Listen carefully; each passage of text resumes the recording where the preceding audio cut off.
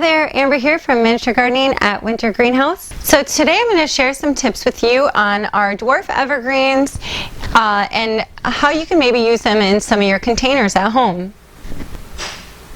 Who doesn't love the elegant look of evergreens and bonsai trees? I just think they add such a nice, elegant touch to a home. Dwarf evergreens have so many neat uses, like Zen gardens, or perhaps fairy gardens, alpine troughs, or even in a standalone container. Evergreens generally require very little care, but they add a lot of texture, color, and interest to a space all year long.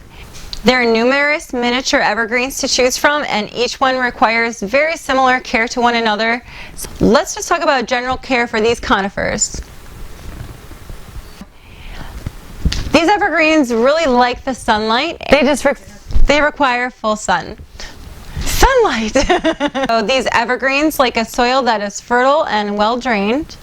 So when watering your evergreen, they are quite root bound when you do get them. And so what I recommend, or what we recommend here, is that you water them every day and just keep them well watered. Your evergreen plants really don't like to dry out, and if they do get dry, they'll start to get some browning on their needles or leaves. So you want to make sure that they're well watered. So as for fertilizing these conifers, you're going to want a regular dose of your liquid fertilizer, and if you do pot it up in another pot, you could even add some time-release fertilizer in there as well. Miniature evergreens really don't need much maintenance in order to keep their nice looks. They're also cold hardy in zone 4 or 5. Because the evergreens do grow so slowly, picking a container is really easy. This makes choosing a container easy because they don't need a particularly large root run.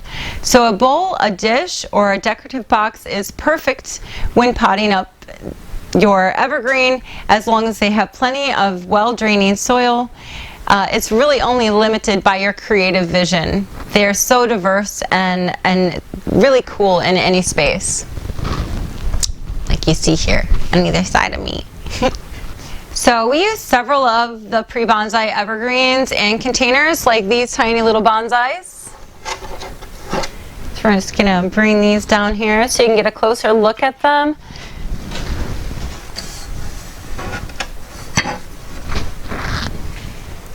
And as you can see, their containers are quite shallow. We use several of these pre-bonsai evergreens in containers like these tiny bonsai pots. One needs to cut off just a little bit of the bottom, or actually, one just needs to cut off a fair amount of the bottom. Can I do this? Okay. And as you can see here, it's got a root ball, you know, the size of the container, but you can take this in half or a little greater than half to pot it in one of your shallow containers like you see here. And these are also on our website. Now when repotting them, you're going to want to keep a close eye on them because they're going to require more water because they don't have as much of a root system. So after you've cut your evergreen root ball in half and repotted it, after you repotted it in a container that's like shallow like this, you're going to want to make sure that you give it plenty of water so that it doesn't dry out. I hope you've enjoyed this video on our evergreens and bonsai trees. If you'd like more information on this or any of our other plants, you can find us at miniaturegardening.com, which you can also find in the link below. Thanks so much for watching, and take care.